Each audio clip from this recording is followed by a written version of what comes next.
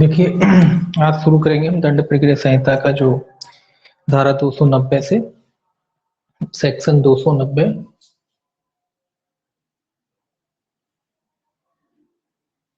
Section 290 कहता है विदेशी कमीशनों का निष्पादन कैसे किया जाएगा। विदेशी कमीशन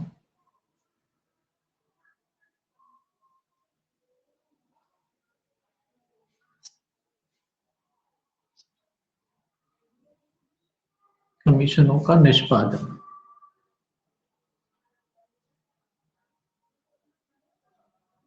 विदेशी कमीशनों का निष्पादन कैसे किया जाएगा। देखिए ये क्या कहता है, इसमें पहला क्लॉज कहता है धारा 286 के उपबंध और धारा 287 और 288 के उतने भाग के उपबंध जितना कमीशन का निष्पादन किए जाने और उसके लौटाए जाने से संबंधित है, इसमें इसके पश्चात वर्णित किन्हीं न्यायालयों, न्यायाधीशों या मजिस्ट्रेटों द्वारा जारी किए गए कमीशन के बारे में वैसे ही लागू होंगे जैसे वे धारा 284 के अधीन जारी किए गए कमीशनों को लागू होते हैं। जो ये कह रहा है, सिंपल सी बात कह रहा है कि जैसे नॉर्मल कमीशन में लागू होती हैं जो बातें, वो विदेशी कमीशन के बारे में भी लागू होंगी। तो जो साधारण कमीशन में जो बातें लागू होती हैं, साधारण कमीशन में साधारणतः जो बातें लागू होती हैं कमीशन में, वह बातें विदेशी कमीशन के मामलों में भी लागू होंगी। बस दूसरा क्या है, थोड़ा अंतर क्या है। दूसरा देखिए, दूसरा कहता है उपधारा 1 में निर्दिष्ट न्यायाधीश और मजिस्ट्रेट निम्नलिखित हैं। पहला कह रहा है कौन कौन से भारत के क्षेत्र के अंदर जिस पर इस संहिता का विस्तार नहीं है, अधिकारता का प्रयोग करने वाला ऐसा न्यायालय, न्यायाधीश या मजिस्ट्रेट जिससे केंद्र सरकार अधिसूचना द्वारा निमित्त करे। तो चूंकि विदेशी बात है तो उसमें केंद्र सरकार अधिसूचित करे। कौन सा न्यायालय माना जाएगा? केंद्र सरकार। उल्टा हो गया, केंद्र सरकार निर्देशित करे। कौन से मामले में? जो जहां पे संहिता का विस्तार नहीं है, ऐसे मामले में संहिता का विस्तार नहीं है, जहां संहिता का विस्तार नहीं है। सीधी सीधी बस इतना, आपको कोई इसमें ज्यादा झंझट नहीं पालना है। बस आपको इतना याद रखना है कि जब विदेशी कमीशनों की बात होती है या ऐसे कमीशनों की बात होती है जहां पे संहिता का विस्तार नहीं है, वहां पे केंद्र सरकार डिसाइड करती है कि किस न्यायाधीश या किस मजिस्ट्रेट के द्वारा कमीशन जारी किया जाएगा या किसके द्वारा ग्रहण किया जाएगा। ठीक है, तो यहाँ केंद्र सरकार डिसाइड करेगी। इसमें ए था ये, और दूसरा बी है इसका। बी कहता है भारत से बाहर के किसी देश या स्थान में जैसे केंद्र सरकार अधिसूचना द्वारा इस निमित्त निर्दिष्ट करे अधिकारता का प्रयोग करने वाला और उस देश या स्थान में प्रबद्ध विधि के अधीन आपराधिक मामलों के संबंध में साक्ष्यों की परीक्षा के लिए कमीशन जारी करने का प्राधिकार रखने वाला न्यायालय, न्यायाधीश या मजिस्ट्रेट। तो इसमें भी केंद्र सरकार निश्चित करती है। बस एक ही शब्द याद रखना है और कुछ आपको याद नहीं रखना है, केंद्र सरकार। ठीक है, चाहे वो ऐसी कोई स्थान हो जहाँ संहिता का विस्तार नहीं है या कोई भारत के बाहर का कोई देश हो, तो वहां पे डिसाइड कौन करता है? केंद्र सरकार डिसाइड करती है कि कमीशन किस न्यायालय के द्वारा जारी किया जाएगा। किसके द्वारा जारी किया जाएगा ये कौन डिसाइड करेगा? या कौन सा मजिस्ट्रेट ग्रहण करेगा उसे, किस मजिस्ट्रेट के द्वारा भिजवाया जाएगा, तो या कौन सा मजिस्ट्रेट होगा, तो ये सारी बातें कौन निश्चित करेगा? केंद्र सरकार निश्चित करती है ना। तो इसमें ज्यादा दिमाग नहीं लगाना, आपको बस इतना याद रखना है इसके मामले में केंद्र सरकार। हालांकि ये क्वेश्चन नहीं आता, लेकिन फिर भी आपको अगर कभी आ गया तो बस इतना ध्यान रखना, ये डिसाइड कौन करता है? केंद्र सरकार डिसाइड करती है। अब देखिए सेक्शन 291। 291 है चिकित्सकीय साक्षी का अभिसाक्ष्य, डॉक्टरों के साक्ष्य। ये थोड़ा सा याद रखें आप, चिकित्सकीय यानी डॉक्टरों के साक्ष्य, चिकित्सकीय साक्षी के साक्ष्य नॉर्मली ये होते रहते हैं, इसीलिए याद रखना है। क्योंकि कभी भी कोई झगड़ा होता है, लड़ाई होती है, दंगा होता है, फिर उसका मेडिकल होता है, फिर डॉक्टर को गवाही के लिए बुलाया जाता है न्यायालय में, है ना। तो नॉर्मली ये होते रहते हैं, डॉक्टरों को जाना पड़ता है। तो ये कह रहा है चिकित्सकीय साक्ष्य के साक्ष्य के बारे में। तो ये सेक्शन जो है 291 आप याद रख सकते हैं। पहला इसमें देखिए क्लॉज क्या कहता है।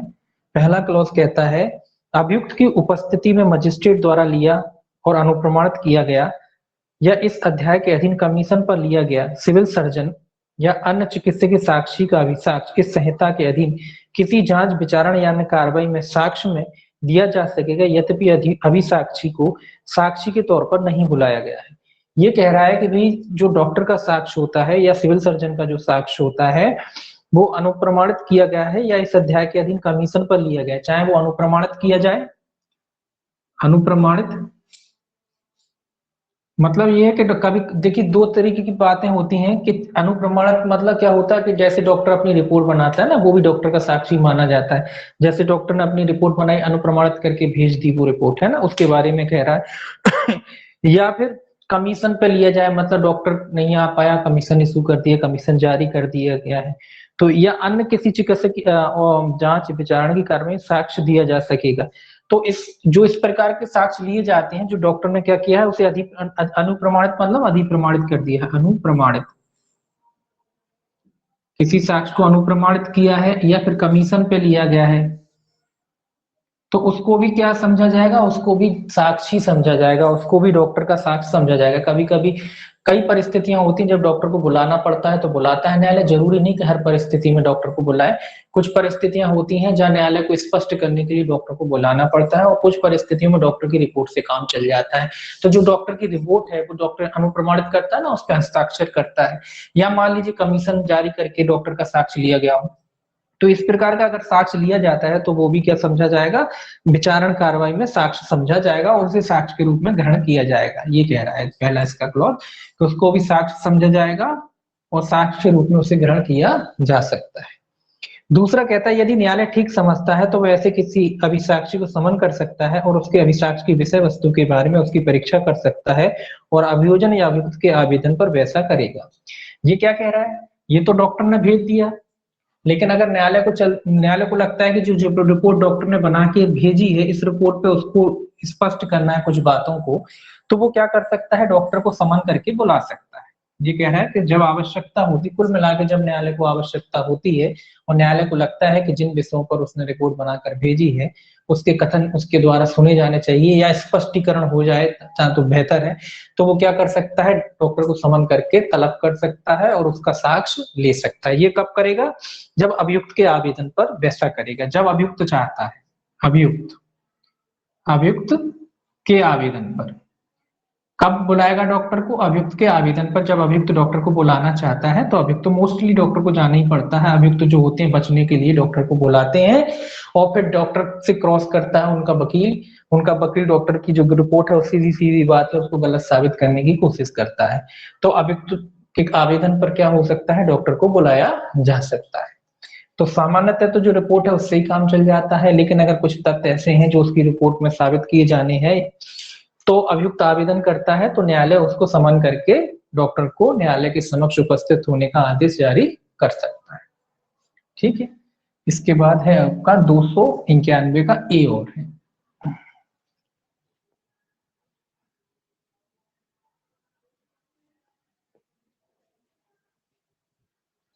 दो सौ इक्यानवे सेक्शन देखिए, 291 का ए, ये 291 का ए है जो मजिस्ट्रेट की शिनाख्त रिपोर्ट, किसकी रिपोर्ट है, मजिस्ट्रेट की। तो ये सेक्शन याद रखेंगे, शिनाख्त रिपोर्ट है मजिस्ट्रेट की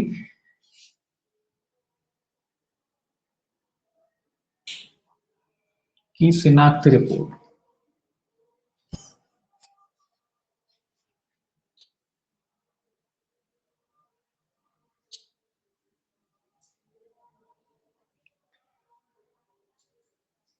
मजिस्ट्रेट की शिनाख्त रिपोर्ट से संबंधित है। इसमें देखिए पहला क्लॉज क्या कहता है, पहला क्लॉज कहता है किसी भी व्यक्ति या संपत्ति से संबंधित कोई भी ऐसा दस्तावेज जो कार्यपालक मजिस्ट्रेट के हस्ताक्षरित शिनाख्त की रिपोर्ट होना तात्पर्य हो उसे जांच विचारण या अन्य कार्रवाई में साक्ष्य के तौर पर उपयोग में लाया जा सकता है यद्यपि उस मजिस्ट्रेट को साक्षी के तौर पर नहीं बुलाया गया है।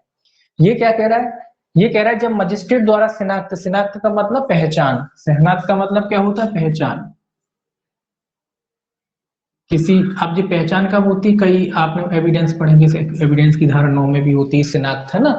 तो शिनाख्त होती है, शिनाख्त कोई भी कर सकता है हालांकि, लेकिन ये कह रहा है कि अगर मान लो जी वो शिनाख्त किसी कार्यपालक मजिस्ट्रेट द्वारा, मोस्टली कार्यपालक मजिस्ट्रेट से ही कराती है पुलिस, क्योंकि उनकी खुद के बयान तो मायने रखते नहीं है।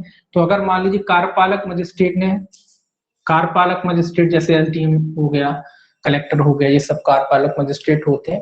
तो इनके समक्ष जाकर अगर कोई शिनाख्त की जाती है, कि करवाई जाती है, अब शिनाख्त किस चीज की, किसी भी चीज की हो सकती, व्यक्ति की हो सकती, वस्तु की हो सकती, और बहुत सारी चीजें हैं उनकी हो सकती, व्यक्ति वस्तु किसी की भी चीज की हो सकती है।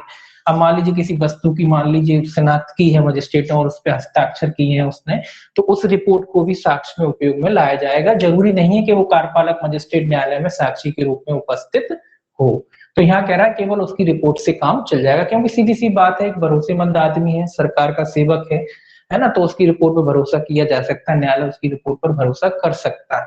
तो इसीलिए उसके उपस्थित होने की आवश्यकता नहीं है। लेकिन हाँ, जब जरूरी होगा तो न्यायालय बुला लेगा। ऐसा नहीं कि वो केवल रिपोर्ट, हाँ अगर कोई जरूरत है तो फिर उस रिपोर्ट को स्पष्ट करने के लिए न्यायालय बुला भी सकता है, लेकिन साधारणतः उसकी रिपोर्ट से काम चल जाएगा।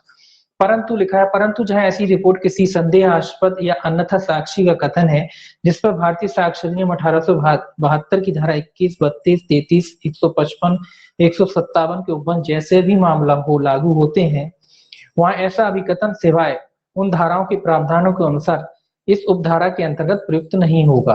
ये कह रहा है कि जो एविडेंस की कुछ सेक्शन दे रखे हैं इसमें कि धारा 21, 32, 33, 155, 157 वाले जो हैं साक्ष्य, उनके मामलों में जो कथन किए गए हैं उन पर इस रिपोर्ट को जो जो धारा है इस उपधारा के अंतर्गत प्रयुक्त नहीं किए जाएंगे। उनके जो कथन है कि भैया कार्यपालक मजिस्ट्रेट के समक्ष हो गए, तो उनके मामले में जो है इस रिपोर्ट को, या कह लीजिए इसके कथनों को इस्तेमाल, या इनके कथनों में इस्तेमाल नहीं किया जाएगा। ठीक है, 32 वगैरह मृत्युकालिक कथन वगैरह होते हैं, ये सारी चीज हैं।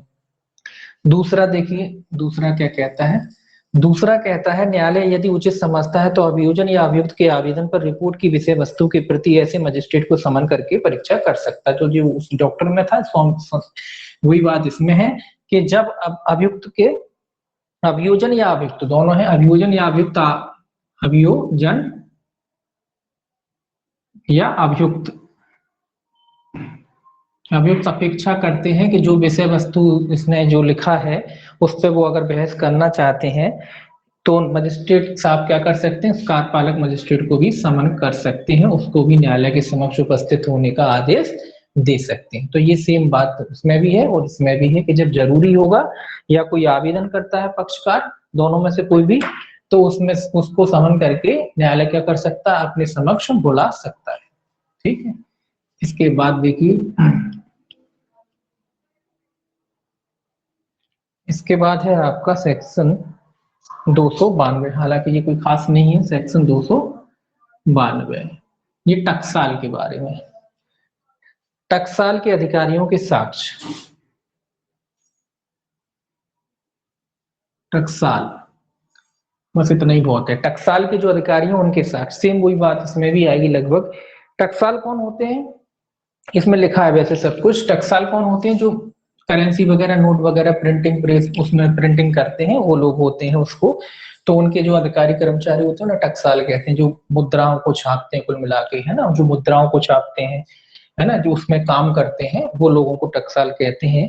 तो इसमें लगा कोई दस्तावेज जो किसी टकसाल या नोट, प्रिंटिंग प्रेस या सिक्योरिटी प्रिंटिंग प्रेस का, जिसके अंतर्गत स्टाम्प और लेखन सामग्री के नियंत्रण का कार्यालय भी है, तो जिसमें लेखन सामग्री और ये भी शामिल है, इसमें बता दिया है, या न्यायालयिक विभाग या न्यायालयिक प्रयोगशाला के डिवीजन का अधिकारी, या विवादित दस्तावेज का शासकीय परीक्षक, या विवादित दस्तावेज का कोई राज्य परीक्षक यथास्थिति हो के अधिकारी, ऐसे राजपत्रित अधिकारी की जिसे राज्य सरकार, जिसे केंद्र सरकार अधिसूचना द्वारा इस निमित्त विनिर्दिष्ट करे, इस संहिता के अधीन किसी कार्रवाई के दौरान परीक्षा और रिपोर्ट के लिए सम्यक रूप से उसे भेजी गई किसी सामग्री या चीज के बारे में स्वहस्ताक्षर रिपोर्ट होना तात्पर्य है इस संहिता के अधीन किसी जांच, विचारण या अन्य कार्रवाई में साक्ष्य के तौर पर प्रयोग में लाई जा सकेगी, यद्यपि ऐसे अधिकारी साक्षी के तौर पर नहीं बुलाया गया हो। तो सेम वही बात है जो इसमें थी कि जो सारी रैंक इनने खोल दी है कि अगर वो न्यायालय के विभाग वगैरह है, कोई प्रयोगशाला वगैरह है, डिवीजन वगैरह है, या कोई विवादित दस्तावेज वगैरह है, उसके परीक्षक वगैरह हैं, ये लोग किसी भी विवादित मुद्दे पर अगर अपनी रिपोर्ट बना करके भेजते हैं न्यायालय के समक्ष और उस पर हस्ताक्षर करके तो उस रिपोर्ट को भी साक्ष्य के रूप में पढ़ा जाएगा। मतलब उनको जब भले ही वो उसमें उपस्थित नहीं हुए हो, आए नहीं हो, जब न्यायालय ने उनसे कोई रिपोर्ट मांगी हो और उन्होंने कोई रिपोर्ट बना करके भेजी है, तो उनकी उपस्थिति की आवश्यकता नहीं, केवल उनका जो दस्तावेज आता है न्यायालय में हस्ताक्षरित, उसको न्यायालय साक्ष्य के रूप में पढ़ सकता है। ठीक है, लेकिन क्या कह रहा है, लेकिन इसमें भी वही बात है कि अगर जब न्यायालय को आवश्यक समझता है या ठीक समझता है तो न्यायालय उनको भी समन करके बुला सकता है। दूसरा क्लॉज इसका यही कह रहा है कि न्यायालय जब आवश्यक समझता है तो इनको भी समन करके क्या कर सकता है, बुला सकता है। तो सेम बात है, कोई लिखने की जरूरत इसमें नहीं है। आप एक सेक्शन पढ़ लोगे तो वो पूरे एक से है जी, ठीक है। परंतु लिखा है, परंतु यदि ऐसा कोई अधिकारी किन्हीं ऐसी अभिलेखों को पेश करने के लिए समन नहीं किया जाएगा जिन पर रिपोर्ट आधारित है। तो ये कह रहा है कोई, परंतु ऐसा कोई अधिकारी किन्हीं ऐसे अभिलेखों को पेश करने के लिए, ये इंपॉर्टेंट है, ये कह रहा है कि जिन अभिलेखों पे उसने क्या बनाई है, रिपोर्ट बनाई है, उन अभिलेखों को पेश करने के लिए उसको क्या कहते हैं, उन अभिलेखों को पेश करने के लिए उससे नहीं कहा जाएगा। क्यों नहीं कहा जाएगा, उसका सीधा सीधा रीजन है। अब मान लीजिए वो कोई नोट प्रिंटिंग प्रेस में काम करता है, उसने कोई रिपोर्ट बनाई है, किसके बारे में रिपोर्ट बनाई है, मान लीजिए कोई साँचा था नोट छापने का, उसके बारे में उसने अपनी रिपोर्ट बनाई है, तब उससे ये थोड़ी ना कहा जाएगा कि भाई वो साँचा भी अपने साथ लेके आइए, उसका परीक्षण करेंगे। तो इसलिए उसमें लिखा है जिस विषय में उसने रिपोर्ट बनाई है वो दस्तावेज वगैरह, वो चीज वस्तु वगैरह उससे लाने के लिए नहीं कहा जाएगा, क्योंकि ये सारी चीजें जो हैं, जो बहुत सिक्योरिटी सेंसिटिव वाले एरिया में काम करते हैं, और जो सारी सामग्री वगैरह होती है ये सब केंद्र सरकार के अधीक्षण में रहती है। तो उसकी अनुमति के बगैर ये उस एरिया छोड़िए, उस जहां वो भी काम करते हैं उससे ये भारत तक नहीं ले जा सकते, है ना, ऑफिस से ये भारत तक नहीं ले जा सकते। इसीलिए ये इसमें ऐसा लिखा है कि जो भी वस्तु वगैरह के बारे में जिसने अपनी जो रिपोर्ट बनाई है उसको न्यायालय में उपस्थित करने के लिए नहीं कहा जाएगा। हाँ, उसके बयान लेने के लिए उसे बुलाया जा सकता है कि भाई आपने रिपोर्ट बनाई, किस आधार पर बनाई, कैसे बनाई, उसके प्रश्न करने के लिए उसे बुलाया जा सकता है। तीसरा इसमें है, तीसरा कहता है भारतीय साक्ष्य अधिनियम 1872 की धारा 123, 124 के उपबंधों पर प्रतिकूल प्रभाव डाले बिना यह कि ऐसा कोई अधिकारी यथास्थिति किसी टकसाल के या किसी नोट प्रेस के या किसी सिक्योरिटी प्रिंटिंग प्रेस के या किसी न्यायिक विभाग के महाप्रबंधक या किसी भार साधक अधिकारी या न्यायालयिक प्रयोगशाला के या प्रश्नगत दस्तावेज संगठन के शासकीय परीक्षक के या प्रश्नगत दस्तावेज के संगठन के राज्य परीक्षक के भार साधक किसी अधिकारी की अनुज्ञा के बिना, ये कह रहा है जो उनके भार साधक अधिकारी होते हैं, कुल मिला के हेड ऑफ द डिपार्टमेंट जो भी होते हैं, इसमें आपको खैर याद नहीं रखना, बस इतना याद रखिए जो भी इनके हेड ऑफ द डिपार्टमेंट होते हैं उनसे ये उनकी अनुमति के बगैर क्या क्या नहीं कर सकता। इसमें ए लिखा है, ऐसे अप्रकाशित शासकीय अभिलेखों से जिन पर रिपोर्ट आधारित प्राप्त कोई साक्ष्य देने के लिए अनुज्ञात नहीं किया जाएगा। ये इंपॉर्टेंट है, अप्रकाशित। कैसे अप्रकाशित, मतलब जिनका अभी तक प्रकाशन ही नहीं हुआ है, जो शासकीय अभिलेख। और अप्रकाशित कैसे अभिलेख है, शासकीय अभिलेख है। ऐसे अशासकीय अभिलेख जो अप्रकाशित है और जिनका अभी तक प्रकाशन ही नहीं हुआ है, उनके बारे में इससे साक्ष्य देने के लिए नहीं कहा जाएगा। इसमें लिखा है अप्रकाशित अभिलेखों का जिन पर रिपोर्ट आधारित है कोई साक्ष्य देने के लिए अनुज्ञात नहीं किया जाएगा। जिसके आधार पर कोई रिपोर्ट आधारित है उसको कोई साक्ष्य देने के लिए नहीं कहा जाएगा। ठीक है, ये आपको याद रखना है। दूसरा कहता है किसी ऐसी सामग्री या चीज की परीक्षा के दौरान उसके द्वारा किए गए परीक्षण के स्वरूप या विशिष्टियों को प्रकट करने के लिए अनुज्ञात नहीं किया जाएगा। विशिष्टियां वगैरह को प्रकट करने के लिए भी उसे अनुज्ञात नहीं किया जाएगा कि किस तरीके से क्या उसने प्राप्त किया। तो ये दोनों चीजें इसमें है। बस इसमें इंपॉर्टेंट यही है कि जो अप्रकाशित दस्तावेज है वो शासकीय दस्तावेज है, उसको प्रकट करने के लिए उसके वरिष्ठ अधिकारी की अनुमति के बगैर उसको न्यायालय में नहीं बुलाया जाएगा या उसके बारे में कुल मिला के बातें नहीं की जाएंगी, कथन वगैरह नहीं लिए जाएंगे। अब है सेक्शन 200। ये थोड़े कोई खास इंपॉर्टेंट नहीं है, ये वाले जो सेक्शन अपन पढ़ रहे हैं, कभी कभार अगर पूछ ले तो पूछ ले, लेकिन ये इंपॉर्टेंट ज्यादा है नहीं। देखिए अब देखिए ये क्या कहता है, कतिपय सरकारी वैज्ञानिक विशेषज्ञों की रिपोर्ट। ये भी लगभग उसी तरीके से जो सरकारी वैज्ञानिक है, सरकारी वैज्ञानिक। देखिए सेक्शन अलग अलग इसीलिए लिखा जाता है ताकि जो है दिक्कत ना हो, कंफ्यूजन ना हो, इसीलिए सबके बारे में अलग अलग जो संहिता होती है उसमें अलग अलग प्रोविजन कर दिया जाता है। तो जो सरकारी वैज्ञानिक है उनकी रिपोर्टें हैं, सरकारी वैज्ञानिक जो विशेषज्ञ होते हैं उनकी रिपोर्टों के बारे में। ये पहला देखिए, इसमें ये क्या कहता है। पहला कहता है कोई भी दस्तावेज जो किसी सरकारी वैज्ञानिक विशेषज्ञ की जिसे यह धारा लागू होती है इस संहिता के अधीन किसी कार्रवाई के दौरान परीक्षा या विश्लेषण और रिपोर्ट के लिए सम्यक रूप से उसे भेजी गई किसी सामग्री या चीज वस्तु के बारे में स्वहस्ताक्षरित रिपोर्ट होनी तात्पर्य है इस संहिता के अधीन किसी जांच विचारण या अन्य कार्रवाई में साक्ष्य के तौर में उपयोग में लाई जाए। सेम वही बात है कि जब कोई रिपोर्ट किसी सरकारी वैज्ञानिक वगैरह को भेजी जाती है, उसका परीक्षण कराने के लिए भेजी जाती है, वहां से वो अपनी जो रिपोर्ट बनाकर भेजता है न्यायालय में, तो उसको भी साक्ष्य के रूप में इस्तेमाल किया जा सकता है। ठीक है, न्यायालय की तरफ से भेजा जाए, पुलिस वाले भेजते हैं उनकी तरफ से भेजा जाए, फिर वो अपनी लेबोरेटरी से जो रिपोर्ट आती है बनाते हैं, उस पर अपने हस्ताक्षर करते हैं, तो उसको क्या माना जाएगा, साक्ष्य के रूप में उसको ग्रहण किया जा सकता है, भले ही वो उपस्थित ना हुए हो, अपनी केवल रिपोर्ट बना करके भेज देते हैं। दूसरा, यदि न्यायालय ठीक समझता है तो वह ऐसे विशेषज्ञ को समन कर सकता है और उसकी रिपोर्टों की विषय वस्तु के बारे में उससे प्रश्न कर सकता है। ये भी सेम वही बात है कि अगर न्यायालय आवश्यक समझता है जो रिपोर्ट उसने बनाई है उसके बारे में उससे चर्चा करना है, उससे विषय वस्तु के बारे में कोई क्वेश्चन वगैरह करना है, तो न्यायालय उसको समन करके उसको बुला भी सकता है, लेकिन कब, जब आवश्यक हो तब, अनावश्यक रूप से नहीं।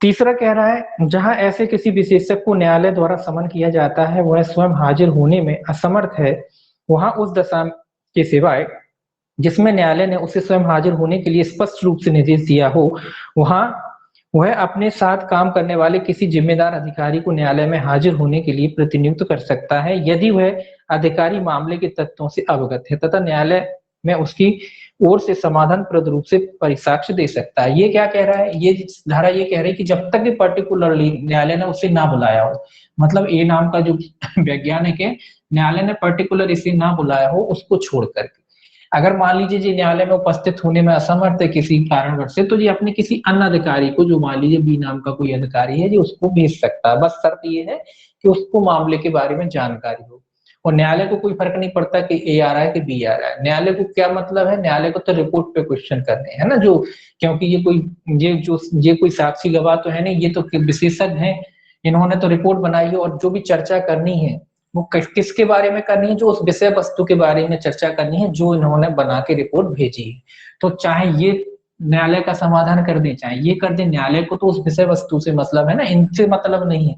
इसीलिए ये कह रहा है कि अगर ये उपस्थित नहीं हो सकता तो ये अपने तरफ से किसी अन्य अधिकारी को भी भेज सकता है, और जो मामले की प्रश्नों को समझता हो, न्यायालय के जो प्रश्न किए जाए उनका समुचित उत्तर दे सके, तो वो भेज सकता है। हाँ, वो बात अलग है कि न्यायालय पर्टिकुलर इसी आदमी को बुलाना चाहता है, कोई ऐसी बात है कि नहीं, न्यायालय को लगता है कि नहीं इसी से पूछी जा सकती है, वो इससे नहीं पूछी जा सकती, तो वो बात अलग है, फिर इसको जाना पड़ेगा। ठीक है, तो ये आपको याद रखना है। चौथा इसका क्लॉज कहता है, चौथा क्लॉज कहता है यह धारा निम्नलिखित सरकारी वैज्ञानिक विशेषण को लागू होती है। लिस्ट दे रखी है नीचे, एक बार देख देता हूं मैं। सरकार का कोई रासायनिक परीक्षक या सहायक रासायनिक परीक्षक, जो रासायनिक परीक्षक होते हैं केमिकल लेबोरेटरीज में जो करते हैं, उन पे मुख्य विस्फोटक नियंत्रक, जो विस्फोट वगैरह होते हैं उनके नियंत्रक होते हैं, अंगुली छाप, जो उंगली फिंगरप्रिंट जो लेते हैं, निदेशक हापकिन संस्था मुंबई, ये संस्था है कोई हापकिन संस्था, उसके हैं किसी केंद्रीय न्यास संबंधी विज्ञान प्रयोगशाला या किसी राज्य या न्याय संबंधी विज्ञान प्रयोगशाला का निदेशक, उपनिदेशक और सहायक निदेशक, सरकारी सीरम वैज्ञानिक, इस उद्देश्य के लिए केंद्र सरकार द्वारा अधिसूचना के द्वारा विनिर्दिष्ट कोई अन्य शासकीय वैज्ञानिक, ये सारे लोगों के न्यायालय क्या कर सकता है, आवश्यकता पड़ने पर उनको बुला सकता है, आवश्यकता पड़ने पर क्या कर सकता है, इनको बुला सकता है। तो ये खास नहीं, तो एक ही जैसे एक सेक्शन आप पढ़ लोगे बस, आप बाकी में आपको केवल सेक्शन याद रखने है ना, एक सेक्शन आप पढ़ लो, बाकी सेक्शनों में केवल आपको सेक्शन याद रखो, प्रोसीजर सेम है उसमें भी, है ना। अब 294 सेक्शन देखिए, 294 क्या कहता है, 294 कहता है कुछ दस्तावेजों का औपचारिक सबूत आवश्यक ना होना। ये कह रहा है कुछ औपचारिक सबूत आवश्यक ना होना, सबूत आवश्यक ना होना।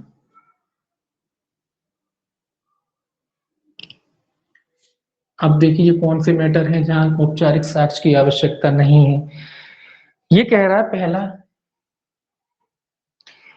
जहां अभियोजन या अभियुक्त द्वारा किसी न्यायालय के समक्ष कोई दस्तावेज फाइल की गई है, वहां ऐसी प्रत्येक दस्तावेज की प्रविष्टियां एक सूची में सम्मिलित की जाएंगी और यथास्थिति अभियोजन या अभियुक्त अथवा अभियोजन या अभियुक्त के प्लीडर से यदि कोई हो ऐसा प्रत्येक दस्तावेज असली होना स्वीकार या इनकार करने की अपेक्षा की जाएगी। ये पहले तो ये बता रहा है कि भाई कुछ दस्तावेज को कि जब दस्तावेज किस क्रम में पेश किए जाएंगे, तो ये कह रहा है कि जब भी कोई अभियोजन हो या अभियुक्त हो, ये फाइलबद्ध तरीके से क्रम होता है, तरीका होता है हर चीज को, जब जो वकील लोग होते हैं वो जानते हैं, क्रम वाइज क्रम फाइलों को लगाया जाता है, फिर आवेदन लगाया, उसकी प्रतियां लगती हैं, फिर क्रम उसके ऊपर क्रम भी डाला जाता है। इस तरीके से वो क्रम भी डालते हैं, टैग लगाते हैं, टैग लगा के, तो उसी के बारे में कह रहा है। ये क्या कह रहा है, उस तरीके से फाइलों को पेश किया जाएगा और दस्तावेजों की प्रविष्टियां सूचियां सम्मिलित की जाएंगी और यथास्थिति अभियोजन या अभियुक्त अथवा अभियोजन या अभियुक्त के प्लीडर से यदि कोई हो, और प्रत्येक दस्तावेज के बारे में ये भी पूछा जाएगा कि भाई ये स्वीकार करते हैं कि असली है कि नकली है, उसके बारे में भी पूछा जाएगा कि जो भी दस्तावेज आपने लगाए हैं इनमें से कौन कौन से असली आपको लगते हैं, कौन कौन से क्या है नकली है ना, या कौन से सेकेंडरी, ये भी पूछे जाते हैं ये सेकेंडरी है कि नहीं, जो सारी चीजें उसमें उनको बतानी पड़ेगी। दूसरा कह रहा है दस्तावेजों की सूची ऐसे प्रारूप में होगी जो राज्य सरकार विहित करे। तो कह रहा है कि दस्तावेज कैसे लगाए जाएंगे, उसका प्रारूप क्या होगा, जो राज्य सरकार विहित करे। दस्तावेजों के प्रारूप ये याद रखना है, दस्तावेजों की सूची कैसे लगाई जाएगी, जो राज्य सरकार अधिसूचित करे। राज्य सरकार मतलब एक क्रम होता है, एक तरीका होता है फाइल बनाने का, ये नहीं कि कहीं पे भी कुछ भी लगा दिया और पेश कर दिया न्यायालय के सामने, मजिस्ट्रेट साहब ढूंढते रहेंगे फाइल में, बोले कहाँ ढूंढे, फिर वो वकील को बुलाएंगे, पूछेंगे भैया कहाँ लगाया ये तो वो नहीं, एक क्रम होगा, वो तरीका होगा, वो तरीका निर्धारित कौन करेगा, राज्य सरकार करेगी कि किस प्रक्रम में किस तरीके से वो दस्तावेज वगैरह या फाइल वगैरह पेश की जाएगी। साक्ष्यों की इसमें लिखा ना, दस्तावेजों की सूची किस तरीके से होगी, कौन कौन से क्या क्या दस्तावेज लगाए जाएंगे। तीसरा कहता है जहां किसी दस्तावेज का असली होना विवादग्रस्त नहीं, ये इंपॉर्टेंट है इसका, जहां किसी दस्तावेज का असली होना विवादग्रस्त नहीं है, वहां ऐसे दस्तावेज उस व्यक्ति के जिसके द्वारा हस्ताक्षरित होना तात्पर्य हस्ताक्षर के सबूत के बिना इस संहिता के अधीन किसी जांच विचारण या अन्य कार्रवाई में साक्ष्य में पढ़ी जा सके, परंतु न्यायालय स्वविवेक के अनुसार यह अपेक्षा कर सकता है कि ऐसे हस्ताक्षर साबित किए जाए।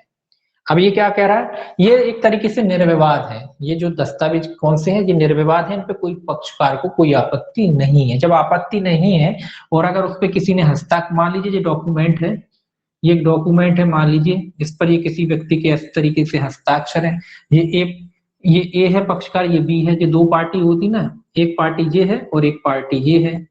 अब उनसे पूछा गया कि ये जो डॉक्यूमेंट है आप इस पे कोई आपत्ति है, इसने कहा साहब हमें कोई आपत्ति नहीं है, इसने भी कहा हमें कोई आपत्ति नहीं। जब दोनों को आपत्ति नहीं है तो ये कह रहा है ये वाला जो डॉक्यूमेंट है इसके लिए फिर सिद्ध करने की कोई आवश्यकता नहीं है, बगैर जो हस्ताक्षर है यही मान के चला जाएगा कि भाई ये असली है, तो इनको साक्ष्य में बगैर प्रमाणित किए न्यायालय ग्रहण कर सकता है। जब दोनों कोई विवाद है नहीं, तो जब दोनों में से किसी को विवाद होगा तब न्यायालय इस हस्ताक्षर को प्रमाणित करने की बात करेगा। लेकिन अगर दोनों को आपत्ति नहीं है तो उसको साक्ष्य में न्यायालय क्या कर सकता है, बगैर प्रमाणित किए उसको ग्रहण कर सकता है। लेकिन अगर न्यायालय अपने विवेक से चाहता है कि नहीं इसके हस्ताक्षर प्रमाणित होने चाहिए, तो वो उसको प्रमाणित भी करा सकता है। इसमें स्वविवेक अनुसार यह अपेक्षा कर सकता है कि हस्ताक्षर क्या की जाए, साबित की जाए। इसको साबित करने के लिए भी कह सकता है, अगर न्यायालय को लगता है कि नहीं पहले आप हस्ताक्षर साबित करो तब हम आपके जो है डॉक्यूमेंट को ग्रहण करेंगे, अगर न्यायालय चाहता है तो करा सकता है। वैसे अगर दोनों को ऑब्जेक्शन नहीं है तो न्यायालय नॉर्मली क्या करेगा, उसे साक्ष्य में ग्रहण कर लेगा। ठीक, क्योंकि न्यायालय केवल सीधा सीधा सब सीधी सीधी बात है, न्यायालय क्या करता है, विवादों का निराकरण करता है। जब विवाद है ही नहीं तो न्यायालय जबरदस्ती कार्रवाई क्यों बढ़ाएगा। न्यायालय क्या करता है, दो पक्षकारों के बीच में जो विवाद है उसका ही तो निराकरण करता है। अब उस डॉक्यूमेंट पे दोनों पक्षकारों के बीच कोई विवाद ही नहीं है, दोनों मान रहे हैं कि भाई सही है। जब सही है तो न्यायालय ग्रहण कर लेगा, न्यायालय को क्या लेना देना, ठीक है, तो न्यायालय उसको ग्रहण कर ले। लेकिन हाँ, न्यायालय को लगता है कि भाई गलत हो सकता है तो फिर सबूत उसको साबित करने के लिए भी कह सकता है किस चीज को, उसके हस्ताक्षर जो उस पर है। अब देखिए सेक्शन 295 क्या कहता है, लोक सेवक के आचरण के सबूत के बारे में शपथ पत्र। ये लोक सेवक के आचरण है, ये लोक सेवक से संबंधित है। लोक सेवक के आचरण,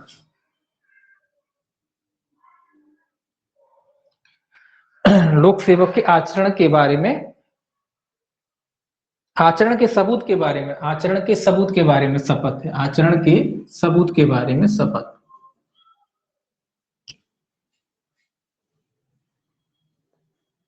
बारे में शपथ, ठीक है, शपथ पत्र है। अब देखिए ये क्या कहता है, ये कह रहा है जब किसी न्यायालय में इस संहिता के अधीन किसी जांच विचारण या अन्य कार्रवाई के दौरान कोई आवेदन किया जाता है और उसमें किसी लोक सेवक के बारे में अभिकथन किए जाते हैं, तब आवेदक आवेदन में अभिकथित तथ्यों या शपथ पत्र द्वारा साक्ष्य दे सकता है, और यदि न्यायालय ठीक समझे तो वह आदेश दे सकता है कि ऐसे तथ्यों से संबंधित साक्ष्य इस प्रकार दिया जाए। तो ये क्या कह रहा है, जब लोक सेवक के किसी आचरण के बारे में कोई कथन किया जाता है, अभिकथन किए जाते हैं, तब आवेदक आवेदन में अभिकथित तथ्यों को कैसे दे सकता है, शपथ पत्र के द्वारा। शपथ पत्र के द्वारा क्या कर सकता है, वो दे सकता है उन कथनों को, क्या कह सकता है, शपथ पत्र के द्वारा साक्ष्य दे सकता है, और यदि न्यायालय ठीक समझे तो वह आदेश दे सकता है कि ऐसे तथ्यों से संबंधित साक्ष्य इस प्रकार दिया जाए। अगर न्यायालय को लगता है कि भाई शपथ पत्र से काम नहीं चलेगा, तो वो कह सकता है कि भैया आप साक्ष्य दो, हमें तो साक्ष्य चाहिए। अगर शपथ पर कोई लोक सेवक का आचरण, मतलब ये सब आपने देखा होगा कई कार्रवाइयों में शपथ पत्र लगते हैं, है ना, तो शपथ पत्र से काम चल गया। लेकिन अगर न्यायालय को लगा कि भाई शपथ पत्र पर्याप्त नहीं है, तो वो आपसे साक्ष्य की मांग कर सकता है। कौन से हैं ये लोक सेवक के आचरण से संबंधित। मान लो लोक सेवक ने कोई आचरण, कोई चीज, उदाहरण के लिए यही मान लीजिए कि आपका, मान लीजिए कोई सर्टिफिकेट है, कोई लोक सेवक ने तैयार किया था, उसमें आपने एक शपथ पत्र दे दिया कि जो मेरा डॉक्यूमेंट है फलाने सन में बना था और फलाने फलाने अधिकारी ने बनाया था और मेरे ज्ञान से ये सारी बातें सत्य, ये क्या हो गया, एक शपथ पत्र हो गया आपका। तो न्यायालय इसको ग्रहण कर लेगा मान लो। अब न्यायालय को लगा कि नहीं भैया डाउटफुल लग रहा है, ये तो नकली लग रहा है, हमको तो साक्ष्य चाहिए, इसके सबूत, इसके असली होने का आपको साक्ष्य पेश करिए। तो फिर आप, अगर न्यायालय चाहता है तो फिर आपको पेश करना पड़ेगा, अन्यथा जो लोक सेवक ने जारी किया था और आपका शपथ पत्र है, उसके आधार पर न्यायालय उसे ग्रहण भी कर सकता है, जैसी स्थिति हो। अगर न्यायालय को ठीक लगता है तो ग्रहण कर लेगा, और अगर न्यायालय को जहां लगता है कि नहीं भाई साक्ष्य की आवश्यकता है, तो वो आपसे साक्ष्य भी मांग सकता है ना। ऐसा नहीं कि शपथ पत्र दे दिया तो अब न्यायालय आपसे साक्ष्य नहीं मांगेगा। अगर न्यायालय को आवश्यक लगता है तो न्यायालय आपसे साक्ष्य मांग सकता है। अब देखिए 296 है सेक्शन, ये भी लगभग उसी तरीके का है। ये कहता है शपथ पत्र पर औपचारिक साक्ष्य, औपचारिक साक्ष्य, औपचारिक साक्ष्य, काय का साक्ष्य, शपथ पत्र पर साक्ष्य, कि अगर कुछ बातें तो शपथ पत्र के द्वारा भी साबित की जा सकती है, उसी के बारे में इसमें लिखा, किसी भी व्यक्ति का ऐसा साक्ष्य जो औपचारिक है शपथ पत्र द्वारा दिया जा सकता है, और सब न्याय संगत अपवादों के अधीन रहते हुए इस संहिता के अधीन किसी जांच या विचारण या अन्य कार्रवाई में साक्ष्य में पढ़ा जाएगा। ये कह रहा है औपचारिक साक्ष्य मतलब नॉर्मली जो साक्ष्य होते हैं ना, वो साक्ष्य आप नॉर्मली शपथ पत्र पर दे सकते हैं, और उनको जो भी कार्रवाई होती है उसमें आपके साक्ष्य के रूप में उसे पढ़ा जाएगा। जैसे उदाहरण सबसे अच्छा, ये तो न्यायालय की कार्रवाई है, और कई जगह आप शपथ पत्र भी, एक तो शपथ पत्र का जो फॉर्मेट होता है न्यायालय का, वो तो होता ही है, उसमें आप लिखते हो सारी बातें कि फलाना कॉलम मेरे ज्ञान से, फलाना कौन दूसरे, ये कॉलम मेरे वकील के ज्ञान से सत्य है, ये सारी बातें लिखते हो। तो मान लीजिए आप पेपर, अब इसी की बात करें, आप परीक्षा भरते हो, फॉर्म भरते हो, तो नीचे एक छोटी सी लाइन में लिखा रहता है, वो भी एक तरीके से शपथ पत्र ही है। उसमें लिखवा लिया जाता है कि जो सारी जानकारी भरी गई है मेरे द्वारा, मेरे ज्ञान से सत्य है, और अगर गलत होती है तो इसके लिए मैं जिम्मेदार हूँ। तो वो भी एक तरीके से शपथ ही है, ओथ ही है आपकी। आप क्या कर रहे हैं, शपथ ही तो ले रहे हैं, वो ओथ है। अब ये यहाँ आप न्यायालय की कार्रवाई की बात कर रहे हैं, तो जो औपचारिक साक्ष्य होते हैं, जो अपन फॉर्म भर रहे हैं, ये क्या है, औपचारिक ही तो, औपचारिक साक्ष्य तो इसीलिए उसको ग्रहण कर लिया जाता है। तो ऐसे ही कई औपचारिक साक्ष्य होते हैं, उनको आप शपथ पत्र के द्वारा न्यायालय में दे सकते हैं और उनको साक्ष्य में पढ़ा जाएगा, ये उसके बारे में कह रहा है।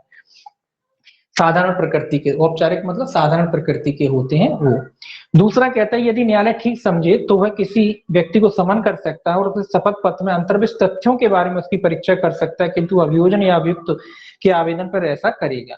ये कह रहा है कि मान लीजिए किसी व्यक्ति ने जो अपना ओथ दिया था, शपथ पत्र दिया था, उस पर अगर न्यायालय को लगता है कि उसकी परीक्षा की जानी चाहिए, उससे क्वेश्चन किए जाने चाहिए, तो ये तो आप जानते हैं वो बुला सकते हैं न्यायालय, उस व्यक्ति को समन कर सकता है और उन तथ्यों के बारे में या उन बातों के बारे में जो उसने शपथ पत्र में कही है उससे क्वेश्चन कर सकता है। और ये भी तब करेगा जब कोई पक्षकार आवेदन करता है न्यायालय से, अभियोजन या अभियुक्त है कोई आपत्ति करते हैं ना, जो शपथ पत्र दिया उस पर एक तरीके से आपत्ति करते हैं, तभी न्यायालय उसको समन करके बुलाएगा और उनकी परीक्षा कर सकता है। अब देखिए सेक्शन इसका है 297।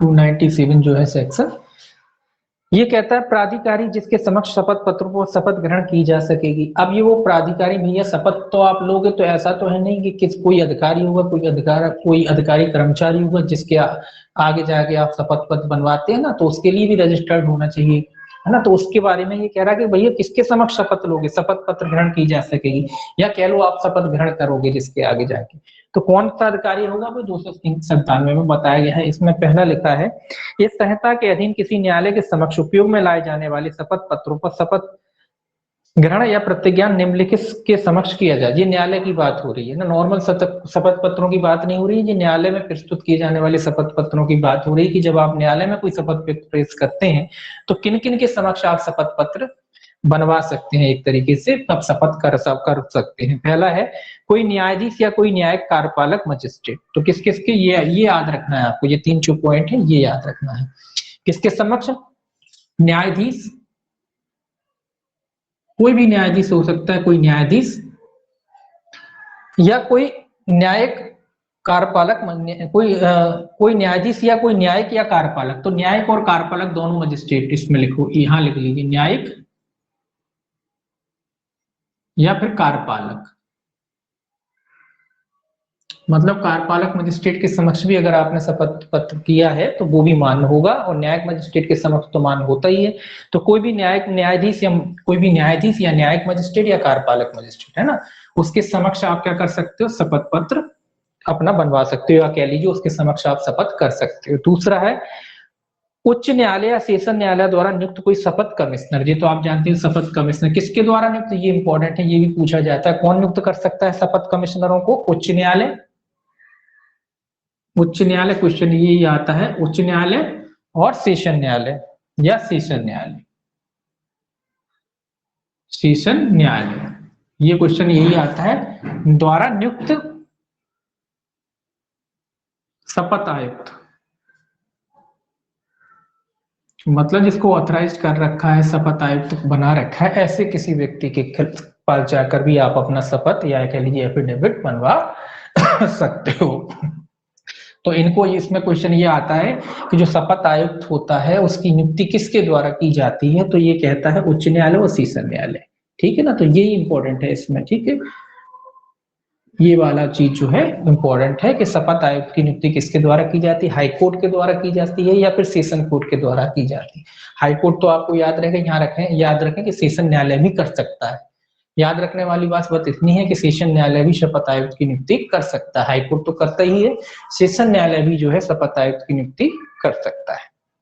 तीसरा देखिए इसका सी देखिए इसमें ए जो है बी और सी कहता है नोटरी अधिनियम 1952 के अधीन नियुक्त नोटरी मतलब वकील, नोटरी वकील होते हैं ना, ये उनके द्वारा भी कराया जा सकता है। तो ये 3 लोग करा सकते हैं, न्यायाधीश करा सकते हैं या न्यायिक या कार्यपालक मजिस्ट्रेट करा सकते हैं।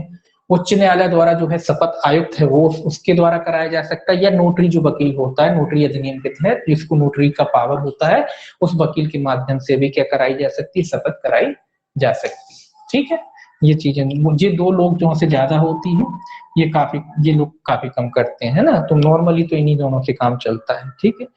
अब देखिए दूसरा जो है इसका क्लॉज वो क्या कहता है, दूसरा क्लॉज कहता है शपथ पत्र ऐसे तथ्यों तक जिन्हें अभिसाक्षी स्वयं अपनी जानकारी से साबित करने के लिए समर्थ है और ऐसे तथ्यों तक जिनके सत्य होने का विश्वास करने के लिए उसके पास उचित आधार है सीमित होंगे और उसमें उनका कथन अलग अलग होगा तथा विश्वास के आधारों की दशा में अभिसाक्षी ऐसे विश्वास के आधार का स्पष्ट कथन करेंगे। ये तो आपने नॉर्मली शपथ पत्र बनवाई होंगे, सभी ने तो देखे ही होंगे। तो ये कह रहा है कि क्या होगा जो शपथ पत्र है उसके विश्वास तक क्या होंगे, सीमित होंगे। जितने जिन तथ्यों का उसे विश्वास है केवल वही तथ्य डाले जाएंगे, और पॉइंट बाय पॉइंट लिखा जाता है उसमें कि ये बात, दो बात, इस तरह जितने भी कॉलम है, जितनी भी बात है उसे लिखना है, वो पॉइंट बाय पॉइंट लिखे जाते हैं। उसके बाद लास्ट में ये भी लिखा जाता है कि ये कॉलम मेरे निजी ज्ञान से, ये कॉलम मेरे निजी ज्ञान से, ये तो या मान लीजिए 5 6 7 कॉलम है तो उसमें ये लिख दिया जाता है कि 1 से लेकर 3 तक के कॉलम मेरे निजी ज्ञान से सत्य हैं, और बाकी 2 कॉलम विधिक होने की वजह से मेरे अधिवक्ता के ज्ञान की से क्या है, सत्य है। तो इस तरीके से उसमें कथन करने पड़ेंगे। तो ये शपथ पत्रों का ये प्रोफार्मा के तरीके से जो होता है उस तरीके से करने पड़ेंगे, इसमें ये लिखा है।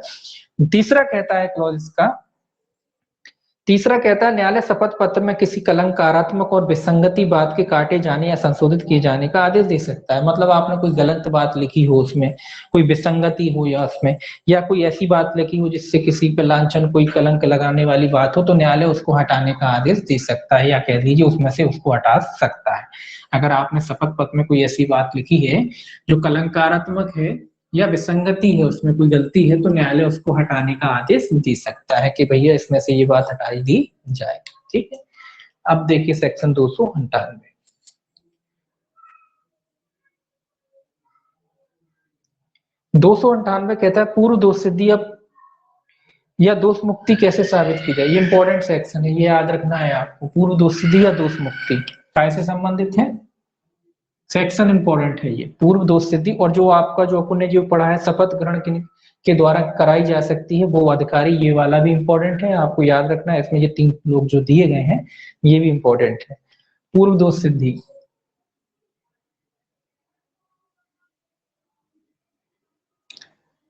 पूर्व दोष सिद्धि या दोष मुक्ति कैसे साबित की जा सकती है, या दोष मुक्ति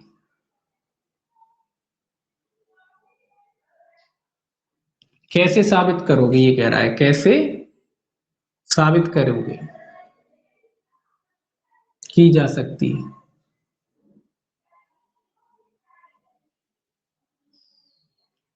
ये कह रहा है कि भाई कोई कोई ऐसा विषय है जहां पूर्व दोष सिद्धि की बात आई है या पूर्व दोष मुक्ति की बात आई, तो उसको कैसे न्यायालय में आप साबित करेंगे कि दोष सिद्ध हुआ था पहले या पहले दोष मुक्त हो चुका है, तो उसको सिद्ध कैसे करेंगे। जो प्रोसीजर इसमें बताया गया है, इसमें लिखा पूर्व दोष सिद्धि या दोष मुक्ति को इस संहिता के अधीन किसी जांच विचारण या अन्य कार्रवाई में किसी अन्य ऐसे ढंग के अतिरिक्त जो तत्समय प्रबद्ध किसी विधि के अधीन उपबंधित है, ये लिखा है देखिए, या तो कोई विधि में कोई प्रोसीजर बताया उसके हिसाब से आप साबित करोगे, या फिर जो प्रोसीजर नीचे बताया है उसके हिसाब से आप क्या करोगे। यानी तो या मान ली किसी विधि के अधीन है कोई बात, तो वो विधि पर्टिकुलरली बताती कि ऐसे साबित करना है तो उस हिसाब से साबित करोगे, अन्यथा जो सीआरपीसी प्रोसीजर बताती है उसके हिसाब से आप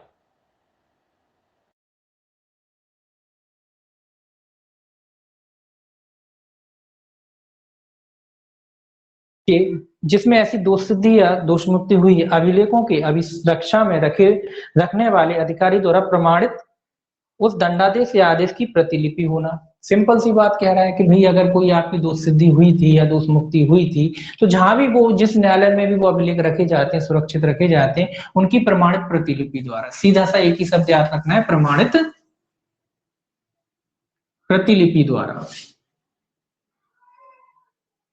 प्रमाणित प्रतिलिपि चलेगी, फोटोकॉपी नहीं चलेगी कि भाई फोटोकॉपी करा लाए और पेश कर दिए, फोटोकॉपी नहीं चलेगी। प्रमाणित प्रतिलिपि का मतलब उसकी जो मेन दस्तावेज होता है उसकी फोटोकॉपी होगी, उसके बाद उस पर जो अधिकारी होता है वो अपनी सील सिक्के लगाता है, वो सील सिक्के टिकट वगैरह लगा के आपको देता है, तब उसके द्वारा आप क्या कर सकते हो, उसको साबित कर सकते हो, पूर्व दोष सिद्धि या दोष मुक्ति को साबित कर सकते हो, प्रमाणित प्रतिलिपि। ठीक है। दूसरा, दोष सिद्धि की दशा में या तो ऐसे प्रमाण पत्र द्वारा जो उसे जेल के भारसाधक अधिकारी द्वारा हस्ताक्षरित है, जिसमें दंड या उसका कोई भाग भोगा गया है, सुपुर्दगी के उस वारंट को पेश करके जिसके अधीन दंड भोगा गया है, और आगे लिखा है इन दशाओं में से प्रत्येक में इस बात के साक्ष्य के साथ कि अभियुक्त व्यक्ति वही है जो ऐसे दोष सिद्धि या दोष मुक्ति किया गया था साबित किया जा सके। ये दोष सिद्धि के बारे में कह रहा है कि दोष सिद्धि, ये दोष सिद्धि कैसे सिद्ध करेंगे? जब दोष सिद्धि हुई, स्वाभाविक सी बात है कहीं ना कहीं जेल में गया होगा, जेल में गया होगा, उसको सुपुर्द भी किया गया होगा, तो जो सुपुर्दगी नामा वगैरह होता है या जेल के भारसाधक अधिकारी के हस्ताक्षर जो है प्रमाणित प्रतिलिपि द्वारा जेल क्या कहते हैं, जेल के अधिकारी या जेलर, लिख लीजिए जेलर, जेलर की प्रमाणित प्रतिलिपि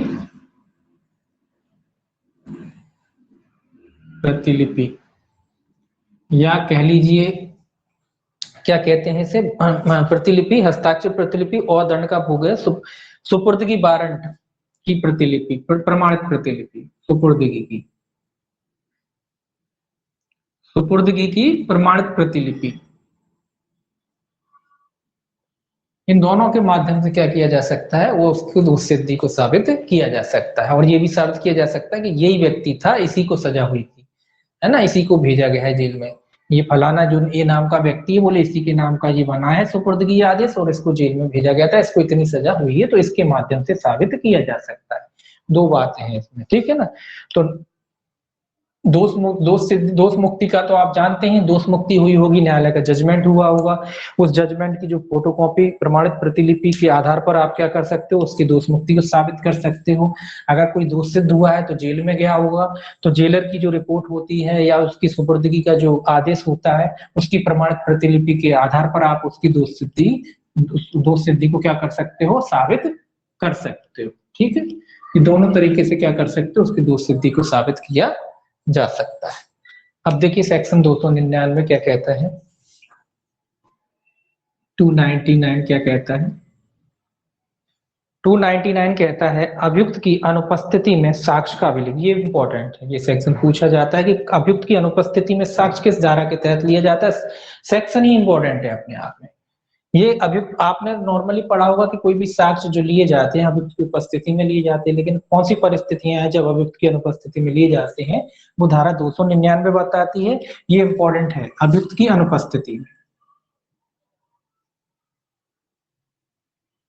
अभियुक्त की अनुपस्थिति में मतलब अभियुक्त उपस्थित नहीं है और फिर भी न्यायालय अन्य जो साक्षी है उसके कथन लिख सकता है। अभियुक्त उपस्थित नहीं है, उसकी अनुपस्थिति में भी न्यायालय चाहे तो साक्ष्य अभिलिखित कर सकता है। साक्ष्य का अभिलेखन, इंपॉर्टेंट है, ध्यान रखना, ये कई बार आ चुका है।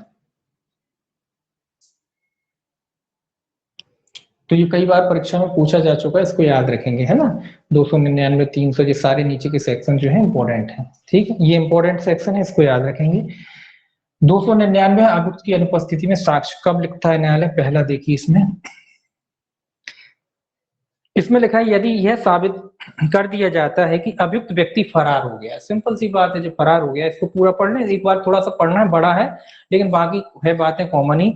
यदि यह साबित कर दिया जाता है कि अभियुक्त व्यक्ति फरार हो गया है और उसे तुरंत गिरफ्तार किए जाने की कोई संभावना नहीं है, तो उस अपराध के लिए जिसका परिवाद किया गया है उस व्यक्ति का विचारण करने के लिए या विचारण के लिए सुपुर्द करने के लिए सक्षम न्यायालय अभियोजन की ओर से पेश किए गए साक्ष्यों की यदि कोई हो उसकी अनुपस्थिति में परीक्षा कर सकता है और उनका अभिसाक्ष्य अभिलिखित कर सकता है, और ऐसा कोई अभिसाक्ष्य उस व्यक्ति के गिरफ्तार होने पर उस अपराध में जिसका उस पर आरोप है उसके विरुद्ध साक्ष्य में दिया जा सकता है। यदि अभिसाक्षी मर गया है या साक्ष्य देने में असमर्थ है या मिल नहीं सकता है या उसकी हाजिरी इतने विलंब या व्यय या असुविधा के बिना जितनी की मामले की परिस्थितियों में अनुचित होगी नहीं कराई जा सकती। ये दो परिस्थितियां क्या कह रहा है, सिंपल सी बात है कि जब जो आरोपी था, अभियुक्त था, वो क्या कहा, फरार हो गया है। न्यायालय को पता पड़ा कि जो अभियुक्त है वो फरार हो गया और न्यायालय ने ढूंढवाने की कोशिश की, न्यायालय को नहीं मिला और न्यायालय को लगता है कि अब ये नहीं मिल सकता, तो जो न्यायालय क्या कर सकता है, इसकी अनुपस्थिति में भी सारे जो है साक्ष्यों को ग्रहण कर सकता है। अब ये आधार ये नहीं उठा पाएगा, बाद में जब भी ये पकड़ा जाएगा, जब भी ये न्यायालय के समक्ष आएगा, जो साक्ष्य हो चुका है इसकी अनुपस्थिति में, तो जब भी ये पकड़ा जाएगा उस साक्ष्य को इसके विरुद्ध में इस्तेमाल किया जाएगा, इसी के विरुद्ध में उसको इस्तेमाल किया जाएगा। और ये इस आधार को नहीं उठा सकता कि साहब जो साक्ष्य था हमारी अनुपस्थिति में लिखा गया है, इसीलिए हमारे विरुद्ध इस्तेमाल नहीं किया जा सकता। इसीलिए क्योंकि ये फरार था तो न्यायालय ने इसके विरुद्ध में जो साक्ष्य लिया है इसकी अनुपस्थिति में जब भी ये पकड़ा जाएगा इसी के विरुद्ध साक्ष्य में इस्तेमाल किया जा सकता है। दूसरी वजह ये है, दूसरी वजह आपने देखा ही है कि कोई व्यक्ति मर गया है या मिल नहीं सकता या इतने व्यय या विलंब के बिना की असुविधा होगी, मामले की परिस्थितियां हैं, तो भी न्यायालय अगर चाहे तो उसकी अनुपस्थिति में जो क्या कर सकता है, अभियुक्त की अनुपस्थिति में क्या कर सकता है, साक्ष्यों को अभिलिखित कर सकता है। ठीक है। दूसरा बस एक ही बात इसमें है इंपॉर्टेंट कि जब फरार हो जाता है, ये तो सिंपल सी बात है, जब फरार हो जाएगा कोई व्यक्ति तो न्यायालय बैठा थोड़ी रहेगा कि जब पकड़ेंगे ये फिर इनके साक्ष्य लेंगे। जब फरार हो गया, बहुत कोशिश की है, वारंट वगैरह सब निकाला, फिर भी नहीं पकड़ा जाता, तो फिर न्यायालय इनकी अनुपस्थिति में क्या ले सकता है, साक्ष्य अभिलिखित कर सकता है। तो जब भी पकड़ा जाएगा इसी के विरुद्ध वो साक्ष्य इस्तेमाल किया जाएगा। दूसरा, यदि यह प्रतीत होता है कि मृत्यु या आजीवन कारावास से दंडनीय कोई अपराध किसी अज्ञात व्यक्ति या किन्हीं अज्ञात व्यक्तियों द्वारा किया गया है तो उच्च न्यायालय या सेशन न्यायालय न्यायाधीश निर्देश दे सकता है कि कोई प्रथम वर्ग मजिस्ट्रेट जांच करे और किन्हीं साक्ष्यों की जो अपराध के बारे में साक्ष्य दे सकते हो परीक्षा करे, और ऐसा लिया गया कोई अभी साक्ष्य किसी ऐसे व्यक्ति के विरुद्ध जिस पर अपराध का तत्पश्चात अभियोग लगाया जाता है साक्ष्य में दिया जा सकता है, यदि अभी साक्षी मर जाता है या साक्ष्य देने के लिए असमर्थ हो जाता है या भारत की सीमा से परे चला जाता है। ये कौन सी परिस्थिति, ये अज्ञात व्यक्तियों के बारे में कह रहे हैं। अज्ञात व्यक्ति हैं मतलब जब अपराध हुआ तब नहीं पता, आज की डेट में मान लो अपराध हुआ तो आज ये नहीं पता कि किसने अपराध किया है। तो इसमें लिखा है कि हाई कोर्ट और सेशन कोर्ट, कौन, हाई कोर्ट और सेशन कोर्ट, हाई कोर्ट और सेशन न्यायालय किसी जो फर्स्ट क्लास मजिस्ट्रेट होता है उसको प्राधिकृत कर सकते हैं इस बारे में साक्ष्य लेने के लिए। कौन प्राधिकृत कर सकता है, और अपराध कैसे हैं, जो मृत्युदंड या आजीवन कारावास से दंडनीय है, मृत्युदंड आजीवन कारावास से दंडनीय है। अपराध भी कौन से होने चाहिए, मृत्युदंड जिसमें मृत्युदंड की सजा होती है या आजीवन कारावास तक की सजा होती है। ये उन परिस्थितियों के बारे में कह रहा है कि अगर ऐसा अपराध है जहां मृत्युदंड या आजीवन कारावास की सजा होती है और अपराधी अज्ञात है, मतलब आज पुलिस को नहीं पता कि किसने अपराध किया है और वो चार्जशीट वगैरह सब पेश की कर दी गई कि अज्ञात के रूप में पेश कर दी जाती है, मालिक न्यायालय में मामला आता है तो हाई कोर्ट और सेशन कोर्ट जो फर्स्ट क्लास मजिस्ट्रेट है उसको प्राधिकृत कर सकते हैं कि आप इनकी अनुपस्थिति में जो भी है, जो भी अज्ञात व्यक्ति उनके लिए उनके विरुद्ध में क्या ले सकते हैं, साक्ष्य। अब साक्ष्य हो गया, अब क्या कंडीशन हो रही है कि साक्ष्य हो गया, साक्ष्य होने के बाद पता पड़ा कि ये फलाना ए नाम का व्यक्ति था, इसने किया था। अब जो ए नाम का जो व्यक्ति पकड़ा जाएगा, जो साक्ष्य पहले ले लिया गया है इसके विरुद्ध, ये वो साक्ष्य इसके विरुद्ध इस्तेमाल किया जाएगा। ये भी इसमें नियम है कि जब वो बाद में पता पड़ता है कि जो अज्ञात अपराध था वो ए नाम के व्यक्ति ने किया था, तो उसके विरुद्ध जो साक्ष्य है वो साक्ष्य में जो साक्ष्य लिया गया है इसी के विरुद्ध साक्ष्य में इस्तेमाल किया जा सकता है। दूसरी कंडीशन तो आप जानते ही हैं कि मृत्यु हो गई, मिल नहीं सकता, तो इस परिस्थिति में न्यायालय क्या ले सकता है, अभियुक्त के अनुपस्थिति में साक्ष्य ग्रहण कर सकता है। इसके बाद इसका जो है अगला अध्याय होता है, ये अपन कल ही देखेंगे। अध्याय 300 से शुरू होता है, अध्याय 24 है जांच तथा विचारण के बारे में, साधारण उपबंधों के बारे में इसमें प्रोविजन किए गए। ये वाला जो है